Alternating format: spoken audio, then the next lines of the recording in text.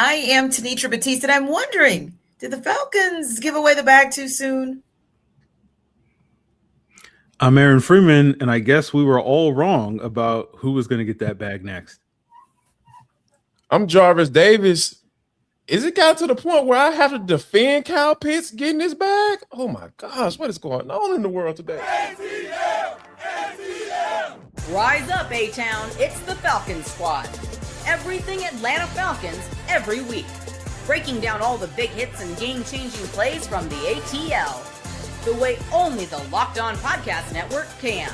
Straight from the ATL, the Falcons Squad Show starts now.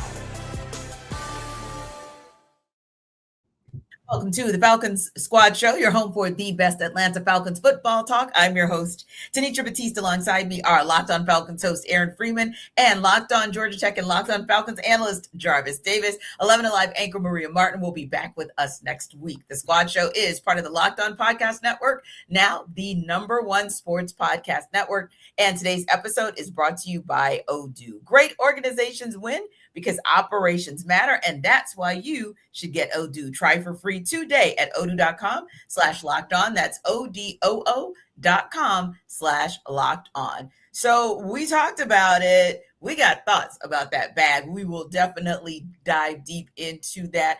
And then we want to talk about as well, does this give us an idea or some insight into how this front office operates or how it will continue to operate down the road? And then we want to look at productivity in one of the rookies and what does that look like as he continues to recovery from an injury? We'll get into all of that, but first things first. We all mentioned it. Jarvis, Aaron, me. It's the bag that nobody really saw coming for Kyle Pitts Sr. He, along with the Falcons, reached an agreement earlier this week on a 3-year, $54 million contract, according to his agent.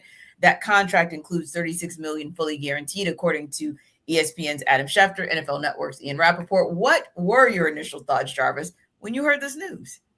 I was kind of surprised, to be honest with you, because, you had up to the July 15th to get a deal done. And, of course, when you talk about the type of player Kyle Pitts is from a talent perspective, it makes all the sense in the world. But that can't be the only thing that you take into consideration when you're talking about giving someone that amount of money. So I was surprised based off of the other aspects of it, right? The inconsistencies, not being productive. I don't care, regardless of who your quarterback is, because we have a prime example of, hey, it matters when it comes to who your starting quarterback is, but it really doesn't, because Drake has been consistently productive throughout his entire career. That's why I was like, hey, man, go and pay the man, and he's earned it.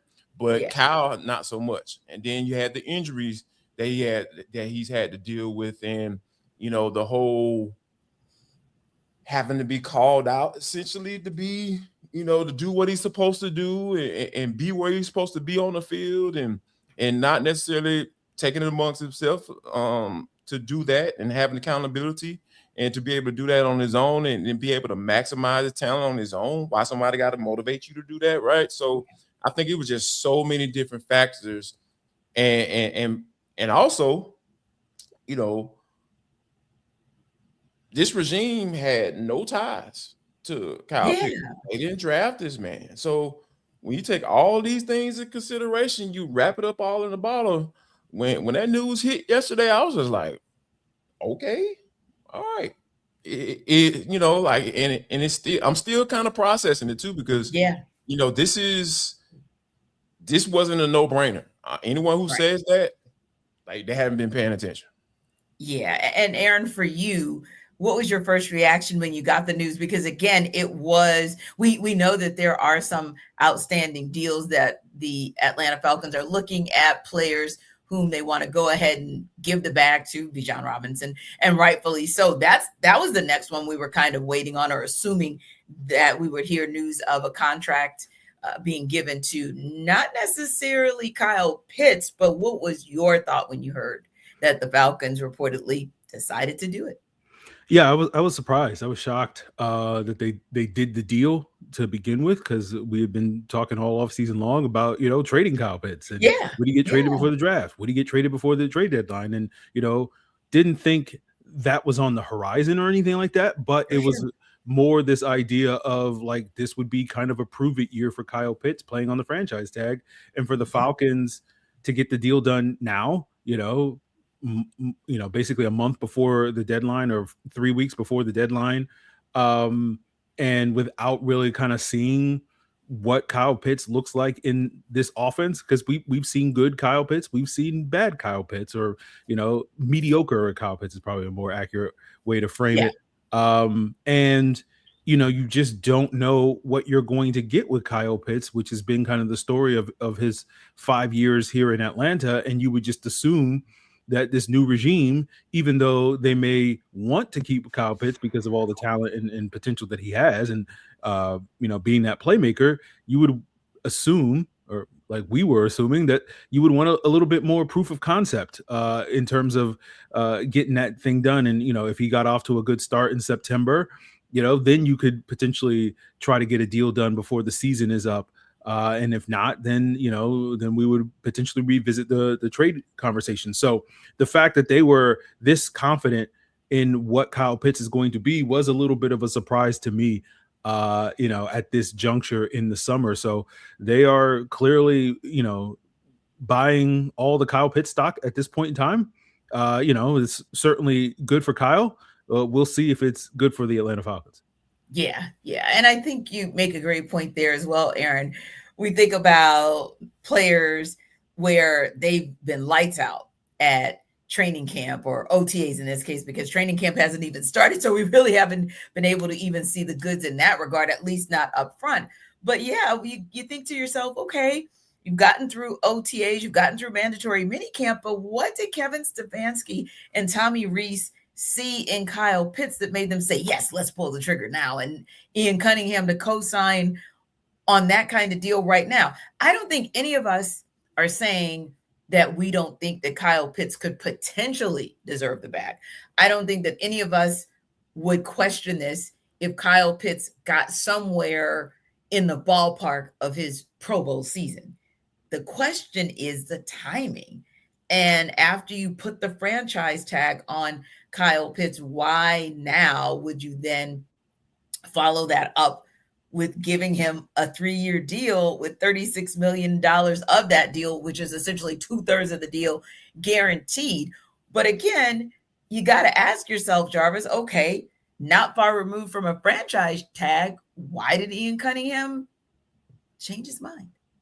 I think they wanted to get to know the man. Like, who are you? Like, and I think that from a production standpoint, yeah, you can look at the numbers. That's one thing, but I think that it's not like Ian Cunningham was going to call Terry Funnell, hey, Terry, man, let me know what you think about, what's your thoughts on Kyle Pitts? No, it don't work like that, because he has to make decisions based off on his job status.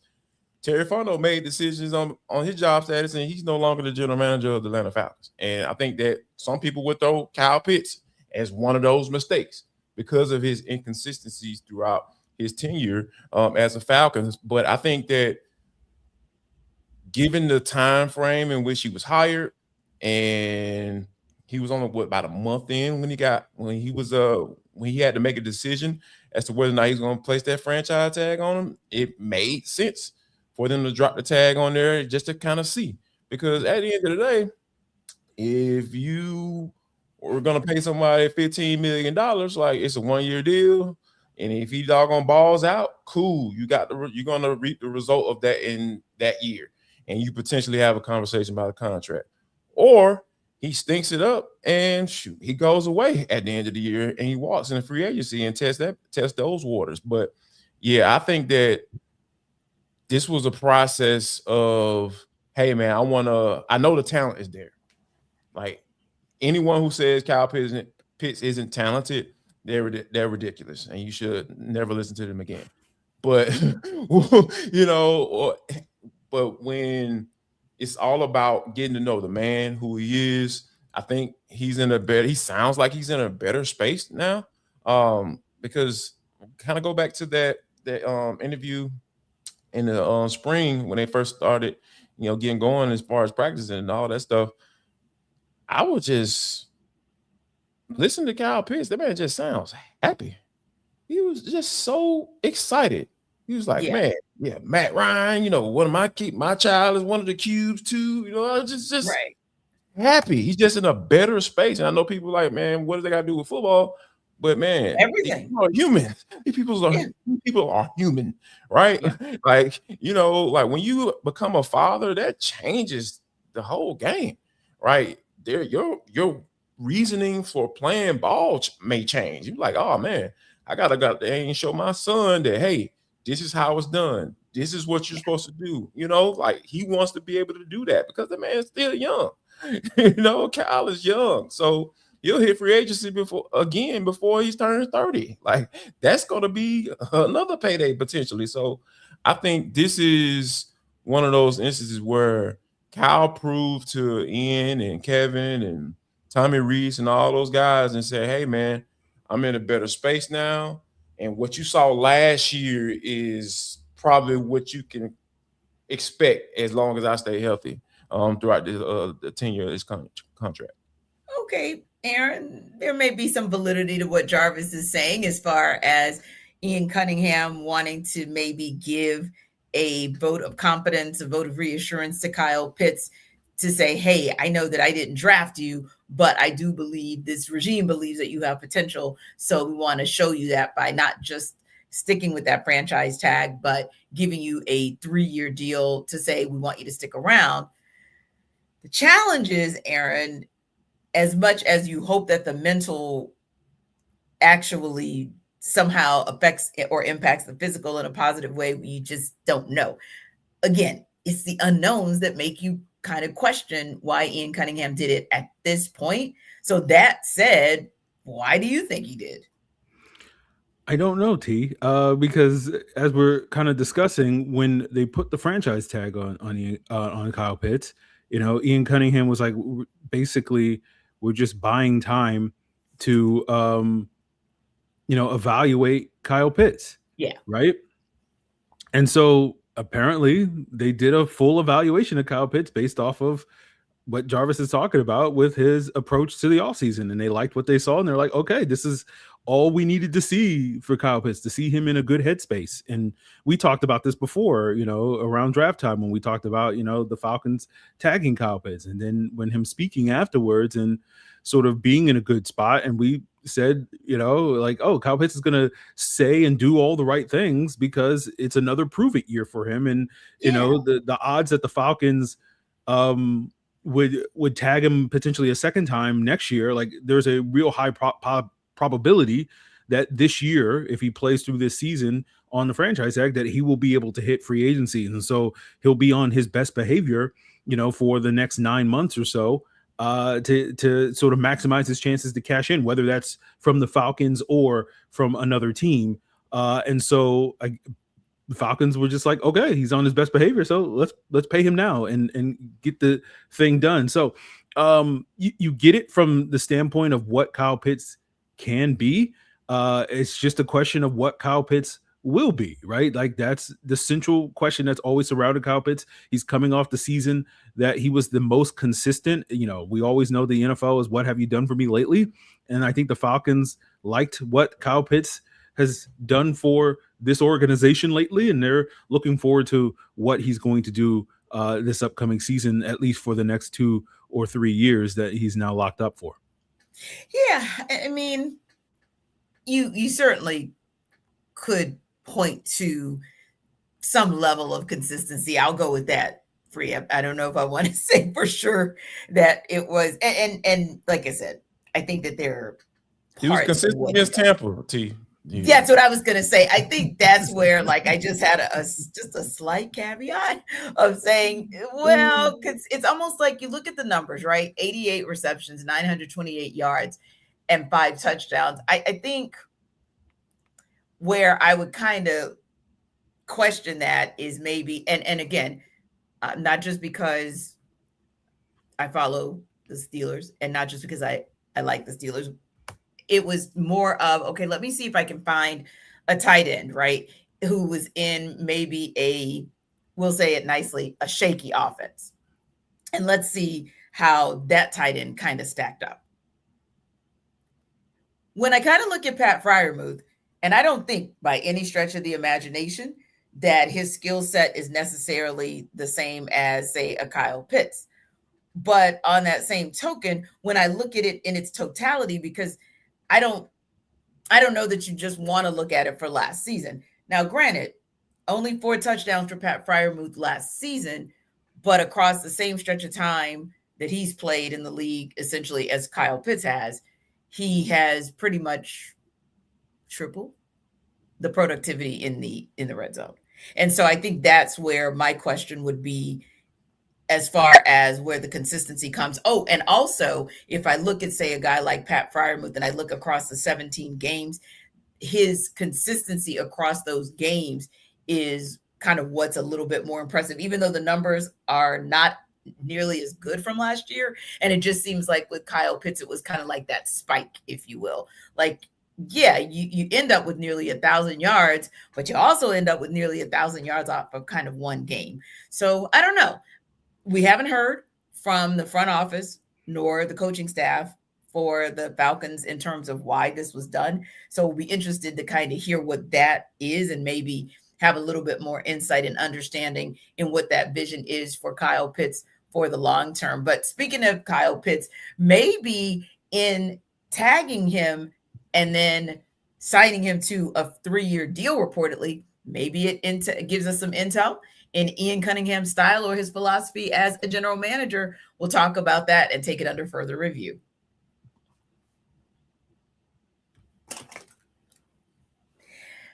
This episode of our Falcon Squad show is brought to you by Indeed Sponsored Jobs. Workplace chaos can show up so fast. That's where Indeed Sponsored Jobs comes in. Indeed Sponsored Jobs helps you reach candidates who actually fit what you're looking for based on skills, experience, and location. Finding the right person can make all the difference, whether it's building a business or building a winning team. Think about a player, a coach, exec, or who ended up being the perfect fit for an organization, not necessarily the biggest name, but the right fit, kind of like Divine Diablo for the Falcons. Some of the best moves organizations make aren't always the splashiest ones. That's what stands out here, and that's the same idea behind Indeed Sponsored Jobs. You talk about a time when hiring, recruiting, or adding the right person completely changed the trajectory of a team.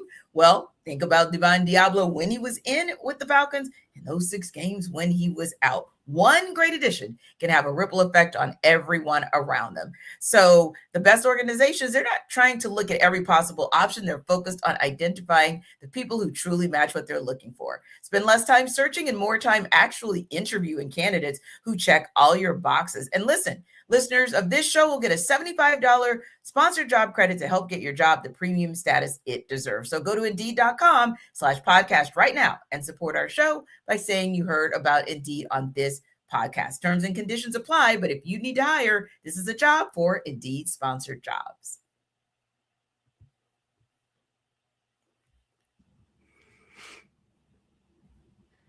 Thanks so much for making our Falcon Squad show your first listen of the day. And thanks for making Locked On the #1 sports podcast network. And guys, as you can see, my eyes are not doing the thing that it's supposed to be doing. So again, apologies for the switch up. But hey, at least I kind of keep it in the Falcons family with my red shades on. That said, let's talk a little bit more about Kyle Pitts, but more, Aaron, maybe from the mindset of an Ian Cunningham, like not quite sure. We're still pontificating because we haven't heard from the GM just yet, but because he's still just 4 months into the role, we kind of look at this and say, hey, does this move of franchise tagging Kyle Pitts and then coming back a short time later and signing him to a 3-year deal, does that give you any insight or intel into Cunningham's style or his philosophy? Well, judging this move, there's not as much difference between Terry Fontenot and Ian Cunningham as I initially thought, based off of the move that we were talking about earlier this offseason. So, again, we're assuming that Bijan is going to get paid as well at some point. And so it feels like Ian Cunningham is, doubling, tripling, quadrupling down, whatever you want to say, on this core of skill players that the Falcons drafted highly. And it's certainly understandable, I think, where a lot of folks look at this collection of talent with these 3 particular players at the skill positions on offense and say, hey, man, this is one of the most talented skill rooms in the NFL. And, once the Falcons get a quarterback in there that can solve this problem, Falcons going to be cooking for years, decades to come, and all that sort of stuff. And it's an intriguing idea. It's been the idea that the Falcons have been chasing for the better part of the last 3 to 4 years.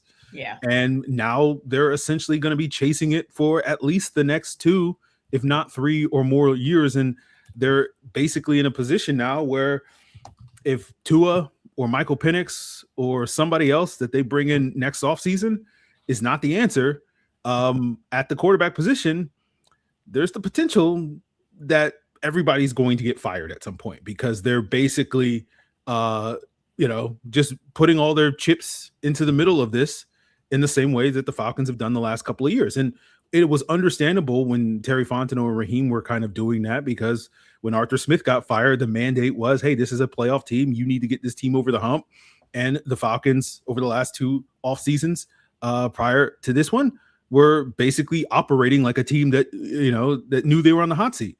Yeah. And, you figured that with Ian Cunningham coming in here in year 1 with a little less pressure to immediately, make it all work and make it all come together. Obviously, there is always pressure in the NFL to win, but it's not the same going into year 1 as it is going into year 5 of a regime when you don't have any winning seasons prior to that. You would think that they would kind of slow play it a little bit, but they're seemingly, hey, we got this. We're picking up right where Terry Fontenot and Raheem Morris left off. And once we figure out the quarterback situation, hey, everything's going to be fine here in Atlanta. And it was like, okay, that's been the philosophy the last couple of years. Hasn't quite worked out for the Falcons. Thought you might go in a different direction. And they're like, no, this is exactly where we want to be. So we'll see if they can figure out the quarterback situation, because that will alleviate a lot of issues for this team in the years to come. Wow. Now, Jarvis, that's some smoke. That's some smoke, because, but Aaron makes a great point, because you do think to yourself, because it's such a head scratcher, as to why this was done, it does make some people, I'm sure, harken back to the former regime and some of the moves that they made from time to time that were also head scratchers. But for you, does this give you any insight into the mindset or the style or philosophy of Ian Cunningham, as far as first making the decision to franchise Kyle Pitts and then pretty much turning right back around and giving him a 3-year deal? 4 letters. FOMO. I think that Ian is suffering from FOMO, fear of missing out. Right. He was like, man, I refuse to let this man, this type of talent walk out of the door and go somewhere else and ball out. Because imagine Kyle Pitts on the open market, and you don't think David Mulugeta is already was making phone calls like, hey man, you might be available, you don't know. Hey Ian, hey man, like, hey, let's get this done, because we ain't negotiating during the season. Because my guy is ready. Y'all know he's been doing what he's supposed to do. He's been saying all the right things. He's been doing all the things he needs to do in order to be able to be ready for this year. So I think they bet big on themselves. I think the agent, I think Mulugeta, and Kyle Pitts has been doing and saying all the right things. He sounded like a whole different human being to me. And y'all know how I feel about Kyle Pitts. Like, I know he's talented, but I can't count on him. Like, and I still kind of feel that way. I still feel like I can't count on him, like, to be that guy, like to be the guy, So, but I think he could be a complimentary piece. But I'm not. He's not a guy that is going to end up doing what Travis Kelce did. I know those are high marks. I know it's a high bar. But when you're the highest draft tight end in the modern draft area, they kind of era, not area. Those are type of things those type of expectations that comes with that. So I think, I think he's suffering from FOMO. I think this was one of those deals where he was like, all right, I know that I'm not going to be able to negotiate, because good agents don't let good to great players negotiate during the season, because it's just not going to work out like that. You see what's going on down there in Tampa and Baker Mayfield trying to get a new contract. He's like, hey, man, I'm drawing the line here. If we don't get it done, we're going to go into the season, and then I'm going to have the ability to walk at the end of the year. And I think Ian may have succumbed to that a little bit. So let me ask you guys this, and I'm going to go into the comments because they are aligned with some of the feedback, the comments, the commentary that you've heard the last day or so about the Kyle Pitts contract. One says you don't get rid of talent, and Bowers and Warren will be 22 and 25 million in the years they are playing the tag game, meaning the Falcons are playing the tag game with Kyle Pitts, while meanwhile these other tight ends are balling out of control. So they're going to reset the market, which will mean if Kyle Pitts balls out or would have balled out this upcoming season, then he would have had to get a bump that would have been akin to that market being reset. How do you, and that may go somewhat, Jarvis, into what you were talking about just in terms of the fear of missing out. That might be an option because, Aaron, the fear of missing out can't be because you thought somebody else was going to get him, because there's no report indicating that any other team was calling for Kyle Pitts services at this time. So do you, Jarvis, think that maybe it was about, hey, we're going to get ahead of this, because if we intend to keep this guy, which there's maybe a 60-40 chance we do keep him, we want to keep him at a rate that's better than what the market is going to reset for soon? Well, to me, the issue I have is like, he's a tight end. Who cares if, That's Bowers and Tyler Ward, again, not to sit here and be like tight ends are worthless or anything like that, but like, it's not a position that is like you need a dynamic pass catcher at the tight end position in order to have a functional arm. Like AJ Barner was, a really valuable tight end for the Seattle Seahawks this past year. What does AJ Barner do best? He blocks, right? Like AJ Barner is closer to Charlie Warner than he is to Kyle Pitts, right? Yeah. And it's one of those things where it's like, if you want to you can find a solid type. We spent a whole spring talking about, hey, Oscar Delp. Hey, bring him to Atlanta. He'd be a pretty, cheap option there. So, Kyle Pitts going elsewhere and blossoming, to me, was not a deterrent to letting him walk. That's why you would trade him, so that you wouldn't let him walk for free if that's what you're worried about. You need to do what's in the best interest of your football team. Now, if you think what's in the best interest of your football team is having a tight end like Kyle Pitts, and there's certainly a very strong argument to make that if you know how to feature the tight end and use it with all the different ways that teams are now using these multi-tight end sets, and you know how to weaponize a player like Kyle Pitts, then by all means, pay that man his money. And let's go to work, and let's finally see the ceiling of Kyle Pitts in this offense that we can see at a high level. And so that's what the Falcons are basically doing. They're basically saying, don't worry, guys. Hey, we got this. We're Kyle Pitts is going to cook. And I'm like, I've been sold that by the Atlanta Falcons for a long time about certain things. And I'm just like, still not cooking. I will believe it when I see it. Oh, well, maybe that guy is Kevin Stefanski. What if Kevin Stefanski sit up and say, hey, man, I'm the 12 personnel guy. I can feature the tight end, like I had multiple tight ends on my squad last year. Yep. I found mid-round talent, and he had an excellent year as a rookie, at the tight end position. And oh, man, I think that might be part of it too. I think that's a huge part of it. Yeah. It's ego. We know how egos are. I know Kevin Stefanski is all seemingly humble and all that stuff, man. But man, play callers have egos, man. They have egos, and coaches, you have to have egos. You have to have confidence, especially when you're an NFL head coach, because you have to manage so many egos that are probably bigger than yours. So you have to be able to meet those egos where they are in order to say, hey, man, I know what the hell I'm doing, and here's why you need to listen to me. And I think that Kevin Stefanski coming in, no clean slate, and saying like, all right, let me talk to this guy. Let me see what's going on, because I'm sure Ian was just like, hey, man, I want y'all to see what's up, see where he at. And then that's going to determine whether or not we're going to pay him or not.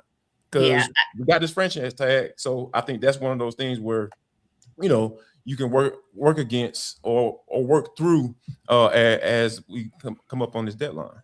yeah, I think it's the fascination, and not to take anything away from what you're saying, Jarvis, but yeah, I think it's the fascination with the tight ends. I was talking to a buddy of mine on another one of my shows who is based in the Cleveland market. Okay. And we were talking about this very deal. And he said, well, everybody knows Kevin Stefanski loves a 12 personnel, 13 personnel set. So in his mind, he probably does think of himself as the tight end whisperer. And there's something there that he can get out of Kyle Pitts that maybe no one else has been able to get out of on a consistent basis. And that, hey, he's fascinated by the possibility of having a unicorn, arguably talent-wise, the best tight end he's ever had within his years as a head coach. And so if I have the raw talent, maybe the best raw talent I've had in a tight end as a coach, taking nothing away from David Njoku or others, but just saying, in his mind, he may be seeing that raw talent and, oh my, I know what I've been able to do with other tight ends of lesser talent. Maybe I can get that out of him. So yeah, I think we're saying we don't necessarily know that it's about the market reset and there being a big concern about that. But that was something that Mark Kiggity put out there. And then D Creative Vision said it's never a good idea to make decisions out of emotions. The fans need to consider that. And yeah, you certainly, I don't know if I would say this was an emotion, although Jarvis, you know, feeling like you're the tight end whisperer and that you want to mold him and get shape Kyle Pitts might have an emotional component to it. But this is the one that I wanted you guys to react to as well, just as we're wrapping up, or from Dan Kabishkin. I don't know. That's who you're going to be today. But yeah. I love T trying to read these names on the comment. Right. Yeah, that's who you're going to be today. But he says they brought in Kevin to succeed with the big three, not to change everything. Gronk was needed by Tom. And I think for me, Freed and JD, the reason I wanted to react to those two is for two reasons. And you may have more. But number one, yeah, they brought Kevin Stefanski in to succeed with a big three, but that ain't the big three. The big three would be his QB1, his running back, and his wide receiver one, not the tight end. That's not your big three. So, and changing everything is not letting go of Kyle Pitts or not signing him to a 3-year deal. That's not a change of everything. Your decision was already made with the franchise tag, so you weren't changing everything because you still got your true big three in place. And then you could say that Gronk was needed by Tom and vice versa, but this is not a Gronk situation. Like, that's not even apples to oranges. So let's not go there. But I wanted you guys to just have that opportunity to kind of weigh in on that commentary about Kevin coming in to succeed with a big three and not changing everything. Yeah, I mean, this is what I was making the point when I was saying, like, he's a tight end. Like, yes. Like, what Free said.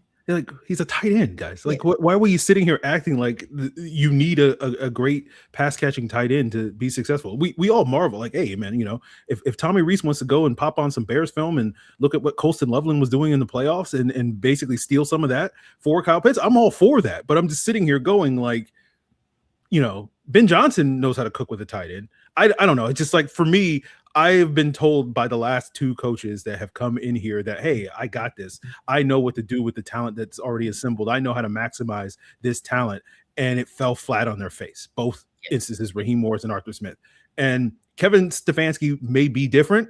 He may be that guy. He may live up to that. But until I see it, a Falcon coach is not going to be able to come in here with the resume that Kevin Stefanski has the last 2 years of calling the worst offense in the NFL and basically say, I got this, guys. Like, come on, man. Like, I'm not going to sit here and be like, oh yeah, you've earned the benefit. Like, no, you haven't. You haven't had a good offense in Cleveland in 5 years, man. Like, what are we talking about where we're sitting here acting like Kevin Stefanski is like some, you know, offensive guru that knows how to get the job done? He's got to go out there and prove it to me.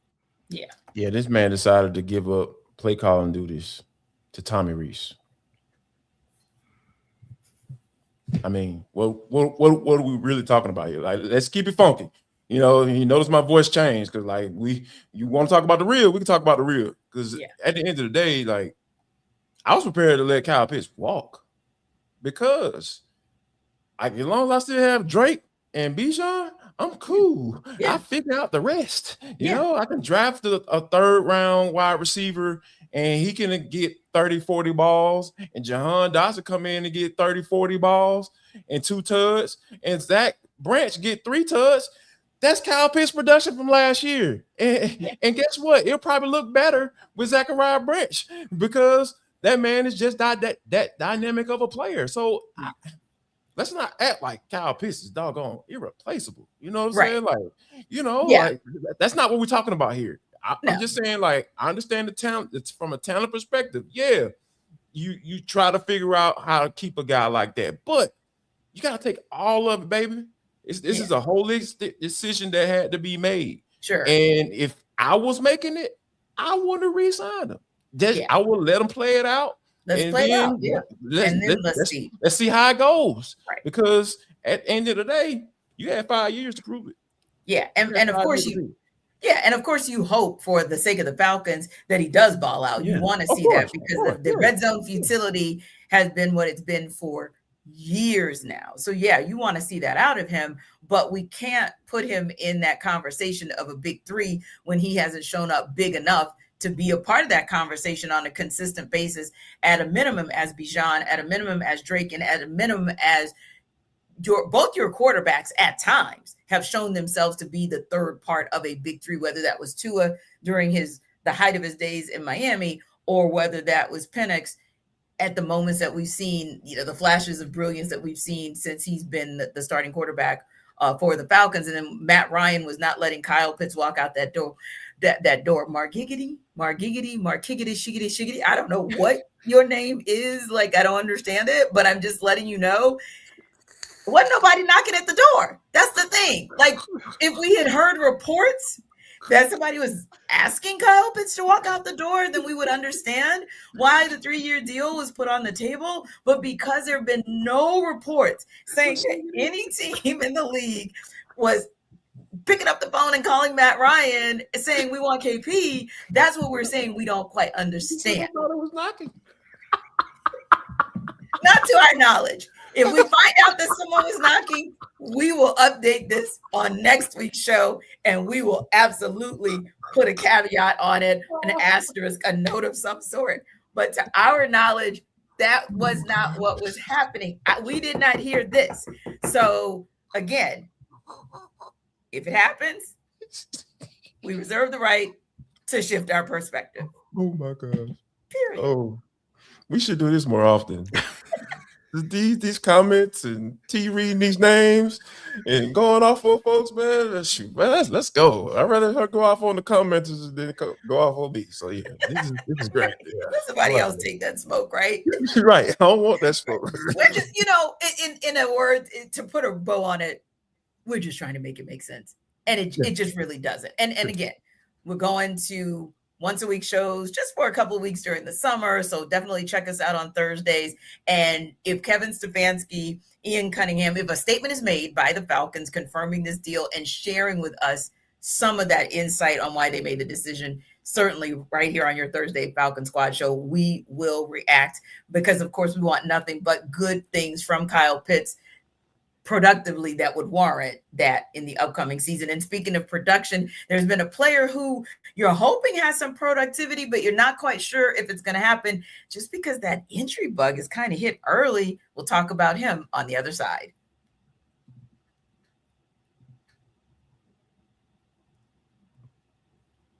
This episode of our Falcon Squad show is brought to you by Odoo. Running a business shouldn't feel like you're trying to connect a bunch of systems that were never designed to work together. One app for accounting, another for inventory, another for sales, and somehow none of them talk to each other. That's where Odoo comes in. Odoo is an all-in-one business management software that brings every part of your business together in one powerful platform. From sales and accounting to inventory and marketing, everything works in one place, helping your team move faster, stay organized, and focus on growing the business instead of managing software. The best organizations know that success isn't just about talent. It's about having everyone working toward the same goal. And that's true in sports, just like in business. Think about a recent move that the Falcons made that worked because every part of the organization was aligned. Think about that Drake London deal. From the front office to the coaching staff to the players, everyone was all in on keeping Drake a Falcon. And then you think about trades, draft pickups, free agent signings that, hey, they look smarter because the team had a clear long-term plan. You got to think about Divine Diablo being one of those, but even the smart move of drafting Jalen Walker and James Pierce Jr. to finally get some pass rush going for that Falcons defense. Now, great organizations, we said it, they win because operations matter, and that's why you should get Odoo. Try for free today at odoo.com/lockedon. That's odoo.com/lockedon.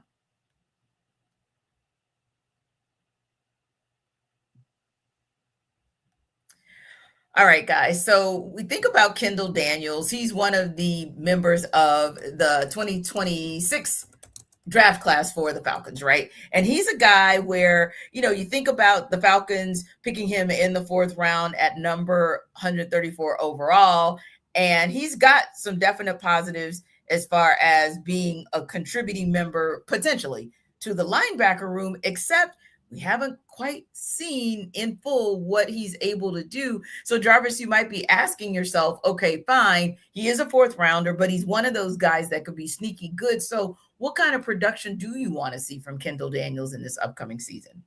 I just want to see him work his way into the rotation, because when you look at this linebacker group, it's loaded. It's loaded, and I think that depending on what we see from a guy like Troy Anderson, what is he going to be? I know what he's going to be, but I know Aaron is hoping that he's a lot more than that. But, right now, it just seems like there is a lot of experience in front of him.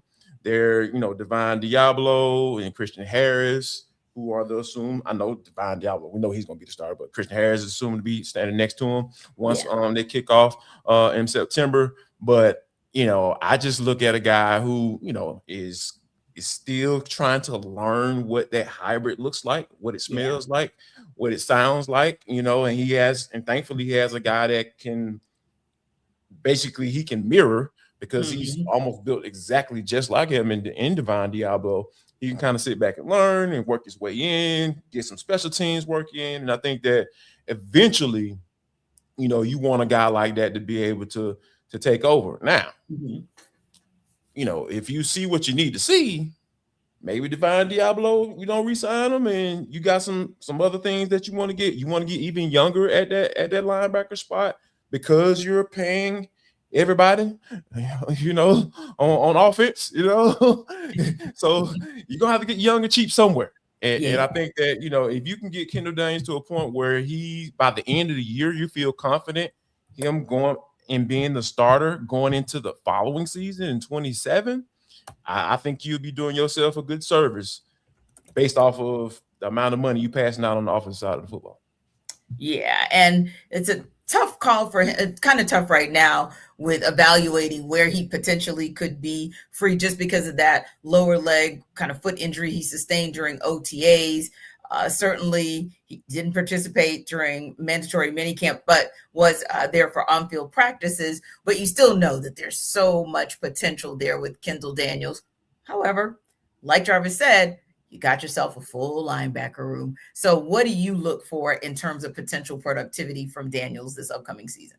Yeah, I think Jarvis outlined it well on what the quote unquote plan is for Kendall Daniels. It's kind of, you want to see him get an opportunity as a role player this year, because again, as Jarvis pointed out, the assumption is that Divine Diablo and Christian Harris will be your 2 main starting linebackers. But if he can carve out a role as that kind of 3rd linebacker, kind of similar to what we saw with Ronnie Harrison in the second half of the season, as not a guy that's an every down player, but comes in 10, 15, 20 snaps a game in certain situations, and can be utilized in coverage, can be utilized as a blitzer and whatnot.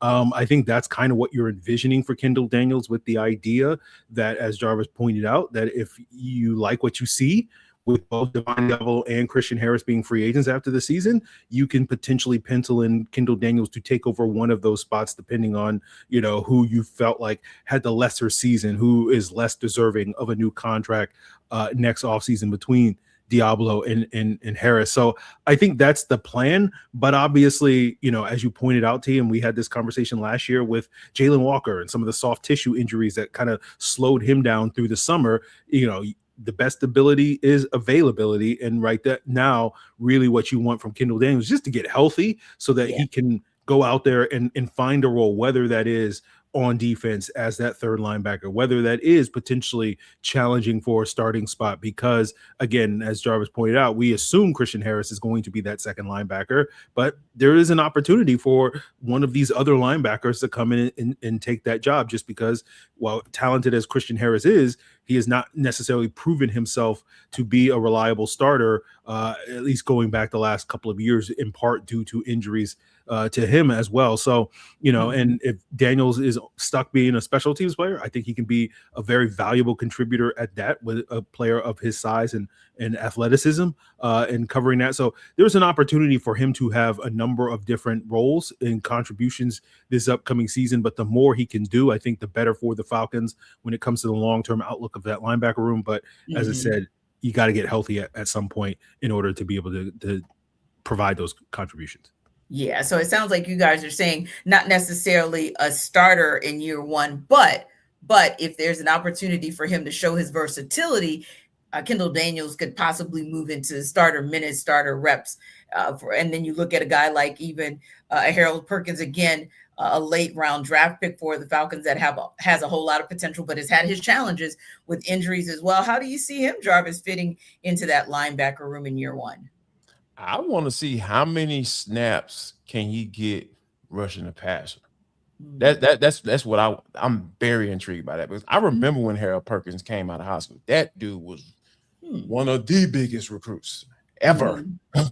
Seemingly like you talking about hype that comes with these 17-year-olds and all that stuff. And it just seemed like he was one of those guys that just sticks out in my brain as like, yes, keep your eye on this young man, because he's going to be one of those ones. But like I said, unfortunately, with that stuff started to dwindle, like injuries and all that stuff, and obviously being drafted in the late rounds here in 2026, it just, I wonder if it's still there. Like whatever that, like that speed, that get off, does that transfer to this level? And you don't have to worry about him playing full time at that spot. And I would be very interested to see how Jeff Ulbrich utilizes him from not only stand-up linebacker, because that's ultimately probably where he's going to make his money and make this team and sustain, himself in this league. But I would love to see what it looks like with Perkins coming off that edge on a third and long situation, and if Ulbrich is going to, scratch that itch as well. How about for you, Free? What do you kind of envision, or what are you hoping for from Harold Perkins in that first year, his rookie season? Yeah, similar to what Jarvis is saying, I would like to see him get some opportunities on some obvious third downs and allow Jeff Ulbrich to do some of that blitzing and scheming stuff that we saw him do so capably last year. And I think having an asset like Harold Perkins with his speed, just to basically, have him shooting A-gaps and whatnot, I think can be a really beneficial asset for the Atlanta Falcons in certain situations. I think in terms of him being an every down linebacker, I think it's going to take some time for him to get there in terms of being able to provide the sort of consistency that you want at that position. But he certainly has all the tools that you're looking for. And we saw what Jeff Ulbrich and company were able to do with like a player like Quincy Williams in Jacksonville, in New York after coming from Jacksonville. And that's kind of what I'm hoping long-term for Harold Perkins, where it's like, it might take him a couple of years to kind of figure it out on defense as a every down linebacker. But when it does click, 3 or so years down the road, it really does click. But I think in year one, my expectation is get him some opportunities in some obvious passing situations, as well as special teams. That was another thing that he did really well his freshman year at LSU. He was a dynamic kickoff cover guy, and I think he can bring a lot of value there. And, I think, we may be I may be underselling what he can do in year one as a more of a role player, just because, as we talked about with Kendall Daniels, like Harold Perkins has been getting all these practice reps with the second team at the linebacker position. So he may come into training camp if, Troy Anderson and Kendall Daniels and some of these other guys are, on the sideline. He has an opportunity to take advantage, and we may be talking about him potentially pushing Christian Harris or being that third linebacker. So there's an opportunity for Harold Perkins to contribute more than just being kind of a pass rushing specialist and special teams guy in year one. And so we'll just have to sort of see if that plays out. We shall see. We shall see. I tell you, it feels like training camp is a world away, and then it'll be right around the corner, and then we get to see exactly what Harold Perkins and hopefully Kendall Daniels are made of. But speaking of what they're made of, the saying is, if you have two quarterbacks, you have none. So according to one article, the NFC South has about 4 quarterbacks, but they ain't really got none. We'll talk about what that means next up.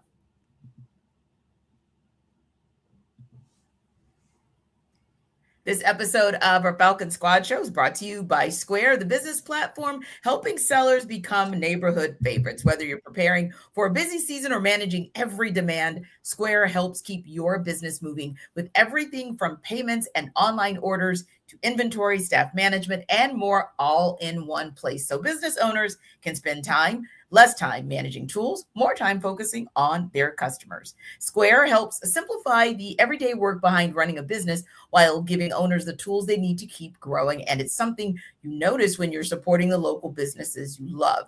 Now, there's a local coffee spot I visit where everything just feels easy. Checkout's quick. They know their customers. The whole experience feels organized, and those little details are what turn a business into a neighborhood favorite. And tools like Square helps make that possible for them. So Square helps you run your business more smoothly, bringing payments, operations, and insights together in one place, so you're ready for what's next.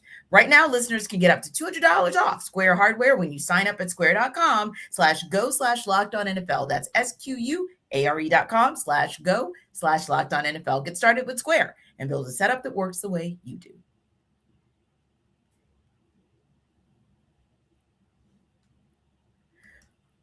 So there was an article, Free, that was recently released on NFL.com, and it talked about the NFL divisions ranked by QB talent for the 2026 season. And guess which division ranked at the bottom of those rankings? The bottom of the barrel, the NFC South itself. So the question was, the NFC South, or the quote was, the NFC South stands as a grab bag of differing quarterback situations. Baker Mayfield, solid among the quote unquote 5 signal callers because they're including MPX and Tua, but calling him strong, they said, would even be like a little bit of a stretch because it was the white hot start to begin the season, and then it kind of trailed off at the end. You're still looking at Tyler Shook with all the promise. He was buns. Baker Mayfield was buns. He was cheeks. Gotta be specific for that thing. You know what I'm saying? Technical term is cheeks, I believe. Yeah. Yeah, cheeks. Yeah. People use buns now too. The cool kids use buns too. Yes. Free. Come on now. Don't do me like that. But it's a very scientific term. It's cheeks. Yes.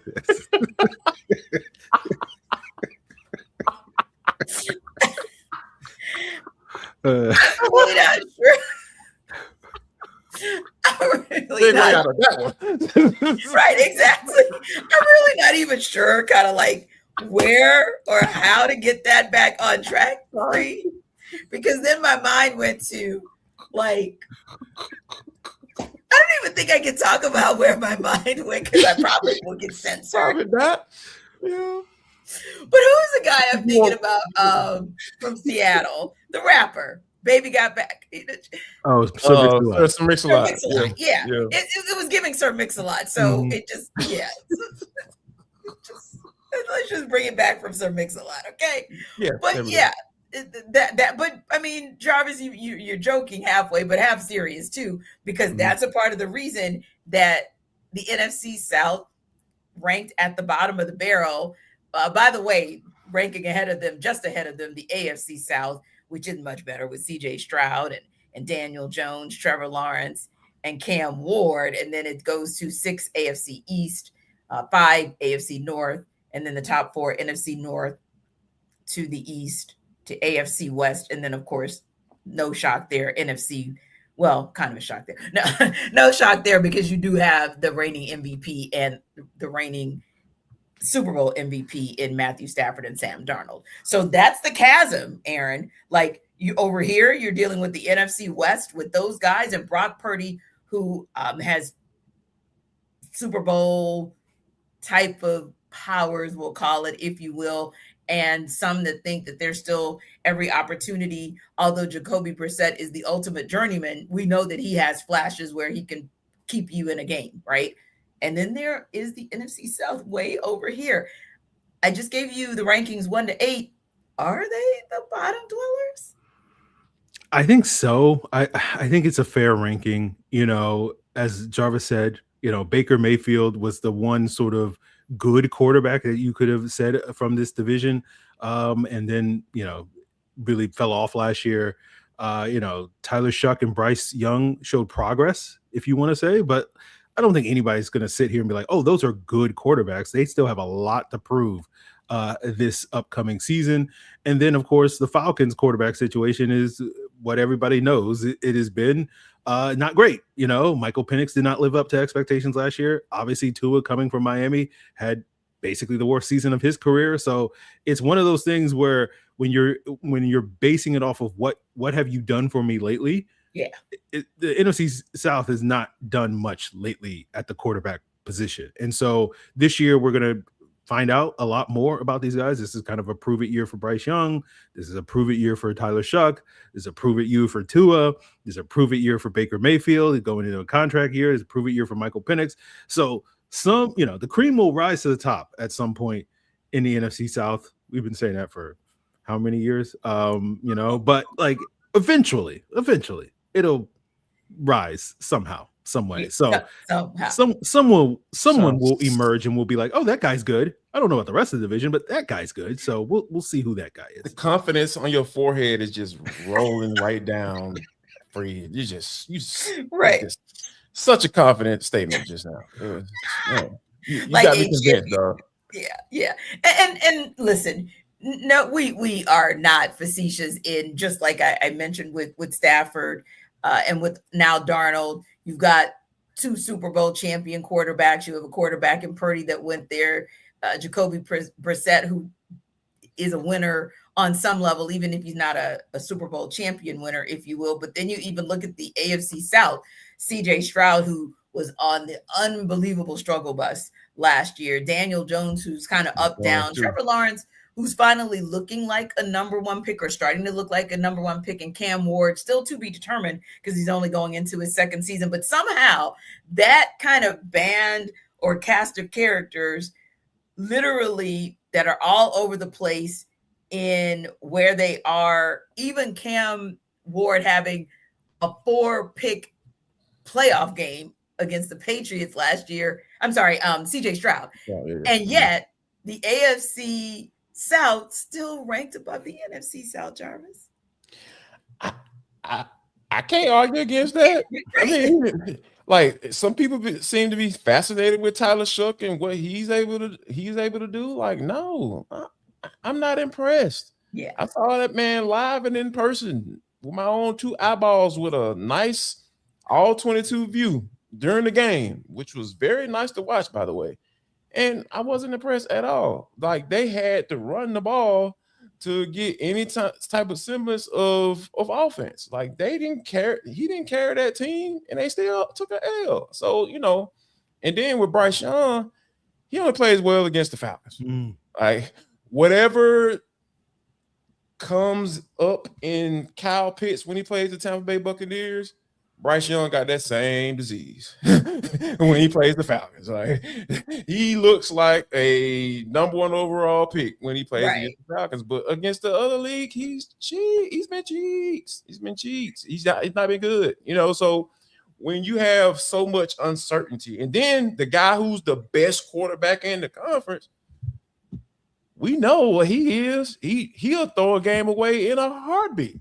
And he did that. He was an MVP candidate first half of the year. And then next thing you know, he fell off a cliff. So, yeah, I'm not surprised at all that they're at the bottom of this bad boy. And the fact that CJ Stroud made it to the playoffs, and, and CJ Stroud, he has a good year under his belt, but, like, he's been up and down.